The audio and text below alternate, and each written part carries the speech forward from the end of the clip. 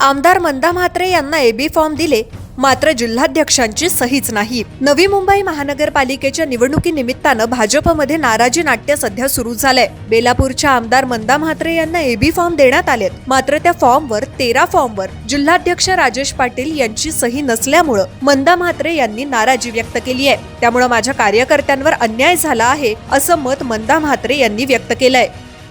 असं आहे की भारतीय जनता पार्टीचं आतापर्यंत युती होणार म्हणून सर्व कार्यकर्ते आपापल्या विभागामध्ये काम करत होते। आता तिकीट वाटप आणि एबी फॉर्म वाटप आपल्याला माहित आहे 3 वाजेपर्यंत टाइम आहे। आणि काल माननीय मुख्यमंत्री राज्याचे देवेंद्रजी फडणवीस साहेबांना भेटली आणि त्यांना सांगितलं की आमचे काय आम्ही 111 पैकी 111 मागत नाहीये, पण आम्हाला जे काही तिकिटी जिथे जिथे नगरसेवक नाहीत तिथे तिथे जाऊ शकत असतील तिथे एक एक दोन दोन आमचे लोक द्या तुम्ही। एक 12-13 लोकांचे मी म्हणजे आतापर्यंत मी 40 काढलेले 40 वरून 20 वर आली, 20 वरून मी 12-13 वर आली। साहेबांनी संजू नाईकला फोन केला की मंदाताईंना तिकिटी द्याव्या लागतील। माझ्या समोर झालेलं भाष्य आणि आपल्याला निलेश म्हात्रेला सुद्धा तिकीट द्यावी लागेल, कारण तो तिथला नगरसेवक होता। काही कारणास्तव त्यावेळी निलेश म्हात्रेची तिकीट आपल्या सर्वांना माहिती आहे की कशा पद्धतीने त्याच्या विभागाचे 3 तुकडे करून राष्ट्रवादीमध्ये असताना एबी फॉर्म भरल्यानंतर दुसऱ्याला एबी फॉर्म देऊन त्याची तिकीट नाईक फॅमिलीने त्यावेळी पण कापली। का माहिती नाही की निलेश हा त्यांना पुढचा प्रतिस्पर्धी वाटतो की काय, म्हणून नेहमीच निलेश बरोबर असा अन्याय केलेला आहे। पण माननीय मुख्यमंत्री काल बोलले की निलेशला तिकीट देऊन ताईंनी उर्वरित ज्या काही जागा मागितलेल्या आहेत तर त्यांच्याशी चर्चा करून त्यांना देण्यात याव्या। मी मुंबईवरून येऊन संजू नाईकला मी स्वतः फोन केला, त्यांचा पीएला फोन केला। त्यांचा पीएन सांगितलं संजू नाईकजी पुढच्या गाडीत आहेत। मी त्यांना स्वतः पर्सनल फोन केला, माझ्या फोनवर तुम्ही बघू शकता की आपण दोघं बसून या तिकीटमध्ये काही कमी जास्ती जे होतील ते आम्ही मान्य करू म्हणून। पण ना त्यांनी माझा फोन उचलला ना मला त्यांनी प्रतिसाद दिला। मी आमदार होऊन स्वतःहून फोन का केला की उद्या पक्षांनी सांगू नये की तुम्ही का नाही बोललात त्यांच्याशी, साहेबांनी सांगितल्यावरती। तर मी फोन केला, डॉक्टर राजेश पाटीलनी 4 वेळा फोन केला आणि मला बोलवलं माझ्या शाळेच्या कार्यालयावर या, आपण तिथे बसून मी जवळजवळ 5 वाजल्यापासून 8 वाजेपर्यंत संजीव नाईकजींची मी वेळ बघितली, टाइम बघितला, पण ते का आले नाहीत। 4 वेळा मी संजू नाईकला फोन केला, त्यांच्या पेला केला, त्यांनी फोन काय उचलून प्रतिसाद दिला नाही। त्याच्यानंतर डॉक्टर राजेश पाटील जे जिल्हाध्यक्ष आहेत त्यांनी मला 13 फॉर्म दिले। त्यांची 13ची माझी मागणी होती मेन तरी एक एक दोन दोन द्या, काही नगरसेवक बसतील नाही बसतील, आणि म्हणले त्याची तुम्ही या 13 लोकांची तुम्ही तिकडे चर्चा करून घ्या संजू नाईककडे, त्यांना प्रमुख केलेलं आहे। तर त्या 13 फॉर्म दिल्यानंतर आम्ही आमच्या लोकांना बोलून ते बिचारे तयार होते। काल वकील अफिडेट वगैरे करायला फॉर्म किचकट आहे, तेव्हा मी डॉक्टर राजेश पाटीलला बोलले की आपण सह्या करून दिला तर बरं होईल, ते परत परत मला आपल्याकडे फॉर्म घेऊन यायला नको, सकाळ सकाळ लोक जातील, कारण 3 वाजेपर्यंत भरायचं आहे, तर गर्दी असेल तर लवकर गेलं तर ते नंबर लावून फॉर्म भरतील। ते बोलले ताई मी तुमच्या बाजूलाच राहतो, 5 मिनिटात येऊन मी सह्या करेन, तुम्ही एक किचकट फॉर्म आहे तर तुम्ही सगळे रात्रभर तयार करा। आमची लोक रात्रभर बसून ऑफिस आमचं रात्रभर चालू होतं, जर तुम्हाला द्यायचं नव्हतं तर आम्हाला रात्रभर कशाला कार्यकर्त्यांना बसवायचं। वकील आणून सगळ्यांचे रात्रभर आम्ही फॉर्म फिलअप केले। फॉर्म फिलअप केल्यानंतर मला म्हणाले की मी सकाळ सकाळ तुम्हाला भेटून सह्या करतो। मी सकाळी 6 वाजल्यापासून त्यांच्या घरी गेली, ते घरात सापडले नाही, त्यांच्या भावाकडे गेली तिथेही नाही, त्यांच्या शाळेत गेली तिथेही नाही।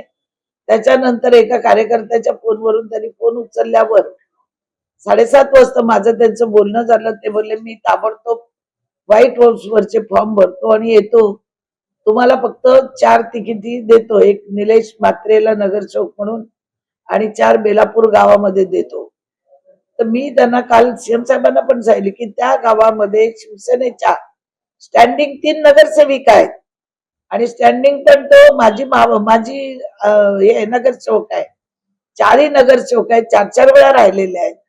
तिथे तुम्ही माझ्या कार्यकर्त्यांना तिकीट देता, ती काय पडण्यासाठी देता का? मी फुल ताकद लावीन, निवडून आणीन, तो नाही येईल. पण कार्यकर्ता आज खर्च करून तो मानसिकरित्या आज माझ्या सांगणार उभा राहणार, खर्च करणार, मी खर्च करणार, निवडून आणणार. पण उद्या नाही आलं ते पॅनल तर सांगणार मंदाताईला आम्ही बेलापूर दिलं होतं, पण ते पडलं, मंदाताईचं पडलं. आणि मंदाताईच्या पोराला मग गेल्यासारखं पाडायला सगळे येऊन बसणारच आहेत. हे मंदाताईला आम्ही तिकीट दिल्याचा उपकार करायचं आणि गेल्या वेळेसारखं तिकीट कापायचं. आणि म्हणजे आज हे कार्यकर्ते जे भारतीय जनता पार्टीचे माझी काही तर लॉबिंग नाहीये, माझा इथं कोणी कार्यकर्ता लॉबिंग मधला नाही, सगळे भारतीय जनता पार्टीचे वर्षानुवर्ष काम केलेले आहेत. या संघाचे सुद्धा 2-3 कार्यकर्ते आहेत, पण नुसतं भारतीय जनता पार्टीचे नाहीत, आबा जगतापी संघाचे आहेत, बरेचसे संघाचे लोक आहेत त्याच्यात. पण आता मला सांगण्यात आलं की आम्ही बाकीचं तिकीट देत नाही. संजू नाईकनी सांगितलं, सागर नाईकनी सांगितलं, पण हे तिकीट ठरवणारे कोण? मी ते आमदार 3 वेळा त्यांनाच पाडून निवडून आले ना. इथं काहीतरी माझा प्रभाव असेल की ना असेल. मग तुम्ही एवढं जर घाबरले असताल इथल्या वेगळ्या पक्षाला, तर तुम्ही जबाबदारी 111ची घ्यायचीच नव्हती. तुम्ही 111ची जबाबदारी घेतलीय तर एबी फॉर्मवर सही करायला पाहिजे होती, ती त्यांनी केलेली नाही.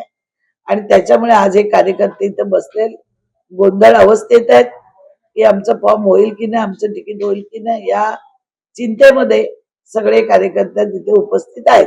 माझं कार्यकर्त्यांच्या मागेच पाठबळ राहणार आहे आणि माझी भूमिका स्पष्ट भूमिका आहे की मी माझ्या मुलाला तिकीट घेणार नाही. आणि जे 4 कार्यकर्ते त्यांनी जाणीवपूर्वक पडण्यासाठी दिले ते त्यांनी 111 सीट नाईक फॅमिलीनी लढवावी, भारतीय जनता पार्टीचा महापौर म्हणून झेंडा लावावा. कारण गेल्या वेळी सुद्धा 111 सीट घेतल्या, आल्या किती त्यातल्या निवडून, पडल्या किती, त्याचा जायजा पक्ष घेईल. कारण जर तुम्ही सांगता 111 मध्ये माझी ताकद आहे, मग तुम्ही दोघं पडले का माझ्या समोर? हा पण प्रश्न आहे ना कार्यकर्त्यांना. याचा अर्थ कार्यकर्त्यांनी काम केलं होतं माझ्यासाठी म्हणून मी निवडून आली. ठीक आहे, असो, भारतीय जनता पार्टी त्याची दखल घेईल अगर ना घेईल, पण त्यांनी त्यांच्या नेतृत्वात 111 सीट निवडून आणावी आणि समाजाला दाखवून द्यावं की माझं नव्या मुंबईमध्ये किती मोठं वर्चस्व आहे, ते त्यांनी सिद्ध करावं पार्टीचे लोक निवडून आणून. मला वाटतं या ठिकाणी प्रत्येक ए आणि बी फॉर्म मी स्वतः आणि डॉक्टर राजेशजी पाटील यांनी जिल्हाध्यक्ष म्हणून चेक केले. जिल्हाध्यक्ष म्हणून शेवटी सही त्यांची आहे. त्यांनी मला दाखवले. माननीय मुख्यमंत्री साहेबांनी आणि चव्हाण साहेबांनी सांगितल्याप्रमाणे ते स्वतः त्यांना मी सांगितलं की तुम्ही माननीय मंदाताईंच्याकडे स्वतः ए बी फॉर्म घेऊन जा, आणि ते स्वतः ए बी फॉर्म घेऊन गेले त्या ठिकाणी. आता ते गेल्यानंतर हा काय प्रकार झाला हा निश्चितच मला कल्पना नाही आहे. शेवटी ह्याच्या संदर्भामध्ये राजेश पाटीलच आपली भूमिका किंवा स्पष्टता तेच देऊ शकतात. परंतु मला जिथपर्यंत माहिती आहे ए आणि बी फॉर्म हे सह्या केलेल्या राजेश पाटील साहेबांच्या माध्यमातून तिथे देण्यात आलेले आहेत. आता तिथे कसे बिना सहीचे ए बी फॉर्म गेले, त्यांच्यावर सह्या का नाही झाला, हे डॉक्टर राजेश पाटीलच या ठिकाणी सांगतील. आणि मला असं वाटतं की आणि डॉक्टर राजेश पाटीलने सांगितलं की बाबा हे प्रसारमाध्यमाच्या समोर आलं तर तुम्हाला प्रसारमाध्यमाला सांगावं लागणार तुम्हाला. तर असं मला वाटतं की याच्यामध्ये निश्चितपणे जे काही गैरसमज असेल तो या ठिकाणी दूर होईल. मला वाटतं नाईक परिवार आम्ही आत्ता आलो 2019ला जेव्हा पक्षामध्ये आलो तेव्हा नाईक परिवार आम्ही या शहराच्या अनुषंगाने आलो. भारतीय जनता पक्षाने आमचा सन्मान केला. संदीप नाईक आमदार झाले, परत नाईक साहेब आमदार झाले, परत त्यांना आता मंत्रिपद दिलेलं आहे. त्याच्यामुळे नाईक परिवाराचा सन्मान पक्षाने खूप आमचा केलेला आहे. आम्ही पक्षाचे नक्कीच धन्यवाद करतो. परंतु त्यांच्यावर अन्याय करण्याच्या अनुषंगानं जर ते म्हणत असतील तर ते चुकीचं आहे. भारतीय जनता पक्षामध्ये कोणी एकटा निर्णय घेत नाही. इथे सर्व चौकटीमध्ये बसून एक त्यांची कमिटी असते, ती निर्णय घेत असते. आम्ही या ठिकाणी कुठलाही निर्णय घेत नाही. आणि मला असं वाटतं जे नेतृत्वानं निर्णय, आता काही ठिकाणी आमच्या लोकांनाही फॉर्म मिळण्याची त्या ठिकाणी त्यांनी चेंज करायला सांगितलेलं आहे. पक्षाच्या सांगण्यानुसार जो निर्णय आहे आम्हीसुद्धा मान्य केलेला आहे. आमची कुठलीही या संदर्भामध्ये पक्षाच्या अनुषंगाने तक्रार नाही. आम्ही पक्षाचा धन्यवाद करतो की त्यांनी युती जर केली असती तर महायुती झाली असते. परंतु आज खऱ्या अर्थानं भारतीय जनता पक्षाचा जो कार्यकर्ता आहे त्याला निवडणूक लढवण्याची संधी मिळाली. आम्ही पक्षश्रेष्ठींचं माननीय फडणवीस साहेब, माननीय रवींद्र चव्हाण साहेबांचा आभार व्यक्त करतो. यूट्यूबवर सुद्धा रायगड टाइम्स सर्च करा आणि पहा रायगडच्या कानाकोपऱ्यातील प्रत्येक बित्तम बातमी. आणि हो, लगेच सबस्क्राईब बटनवर क्लिक करायला विसरू नका. रायगड टाइम्स, आपलं चॅनल, आपला आवाज.